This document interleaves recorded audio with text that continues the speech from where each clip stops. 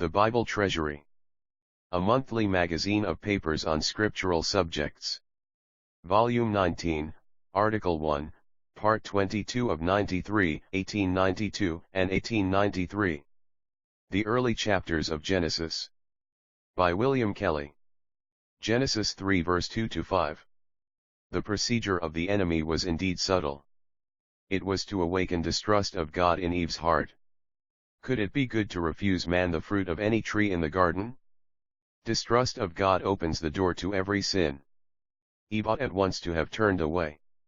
She knew the goodness of Jehovah Elohim. Why then parley a moment more with one who questioned it?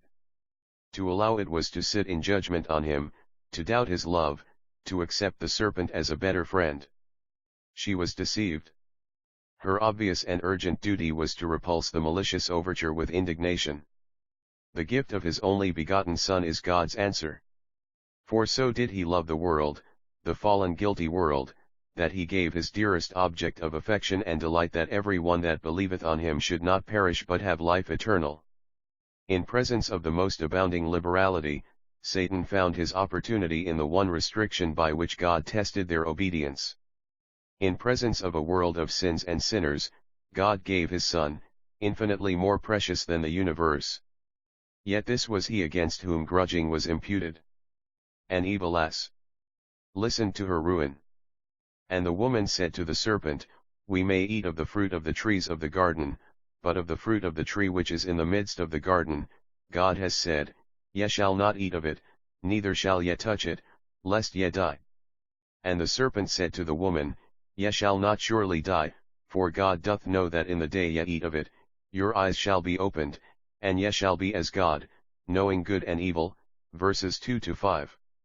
Eve well knew the goodness as well as the command of God, nor had she forgotten the dread penalty of disobedience. She even added to his words, Neither shall ye touch it, which adding may seem pious, but is neither seemly nor wise. The serpent advances a bold step now and dares to give God the lie. This soon follows, when the heart conceives distrust of his love. Ye shall not surely die. Fear nothing of the sort. On the contrary, to refrain from the fruit of that tree is to abandon your just hopes. God does not wish you to know good and evil as he does. He wants you to remain babes and slaves. Instead of dying, he knows that in the day ye eat of it, your eyes shall be opened to know what he does. Fear not death, and assert your independence. Divine truth and majesty were thus alike assailed. It is so always. The moment God's love is distrusted, his word is sure to be speedily annulled, and his honor goes for nothing. If God is viewed with doubt, Satan reaps the spoil. To trust oneself is to fall a victim to the enemy, who is far stronger and subtler than man, and infuses into the human heart his own self-will and enmity against God, especially against the Son who alone reveals the Father and the Father's love. Man is in no real way self-sufficient, though his own pride and Satan's guile hold it out as a prize. Man had been set up to rule the lower creation, but as God's servant even while his vicegerent, on the tenure of the amplest gifts and the least possible tax of obedience. But the enemy, concealing himself carefully under the serpent, drew on the woman to be his slave by distrust and disobedience of Jehovah Elohim. As here, the real failure begins in the heart, which quickly betrays its departure from God by open opposition to his will. For one must be servant of God or of sin, and Satan it is who, behind, thwarts God and ruins man. Christ is, in all respects, the blessed contrast, who being in the form of God counted it not robbery, or a thing to be grasped, to be on equality with God, but emptied himself, taking the form of a servant, being made in the likeness of men, and being found in fashion as a man he humbled himself, becoming obedient unto death, yea, death of the cross. Wherefore also God highly exalted him. Philippians 2 verses 6-9. The one being a creature was responsible to do God's will in submissive service, yet disobeyed unto death through setting up to become as God. The other was truly God, even as the Father, yet emptied himself to be a bondman, and, when found in fashion as a man, humbled himself to the lowest in the death of the cross, to obey and glorify God where he had been shamefully dishonored. He came to do God's will and did it perfectly at all cost to himself. Wherefore also God highly exalted him, raising him from the dead and glorifying him in himself on high. We know that everyone that is begotten of God sins not, but the begotten of God keeps himself, and the wicked one touches him not. 1 John 5 verse 18. It was not so with Eve. Innocent she was like Adam, but not begotten of God, and consequently, instead of keeping herself, she parleyed, and the wicked one did touch her.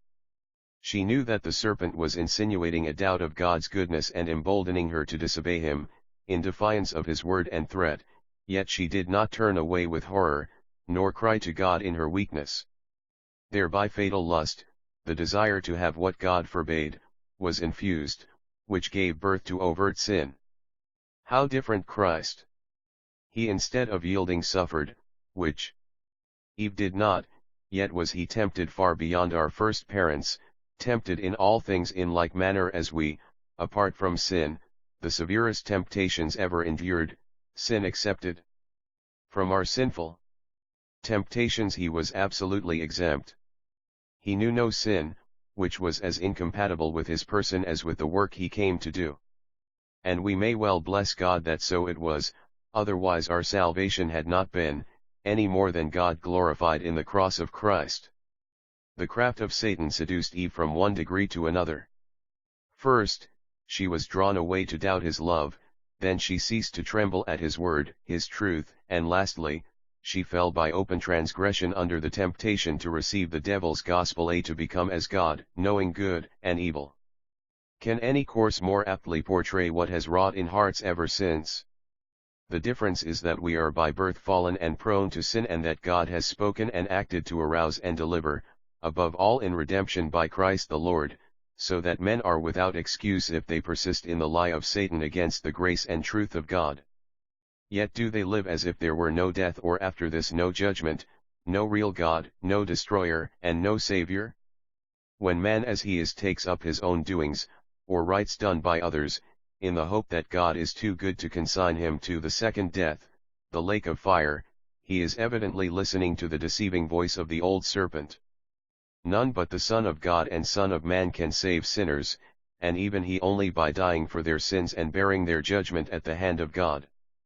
But this he suffered once for all, the infinite fruit of God's love to the sinner, and his hatred of their sins.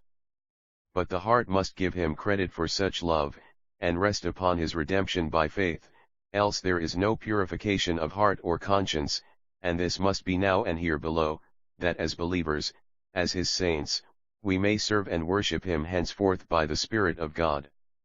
Thus the Saviour reverses for good to God's glory what the enemy wrought to his dishonor through human weakness and sin. God is believed in his love that gave and sent his own Son, and thus the soul now repentant, taking God's part against itself in its sins, sets to its seal that God is true, looks up with the assurance which Christ and his atoning work inspire, and bows down in worship begun on earth, never to end in heaven, the new song of him who was once dead, alive again now and evermore. He that spared not his own Son but delivered him up for us all, how shall he not also with him freely give us all things?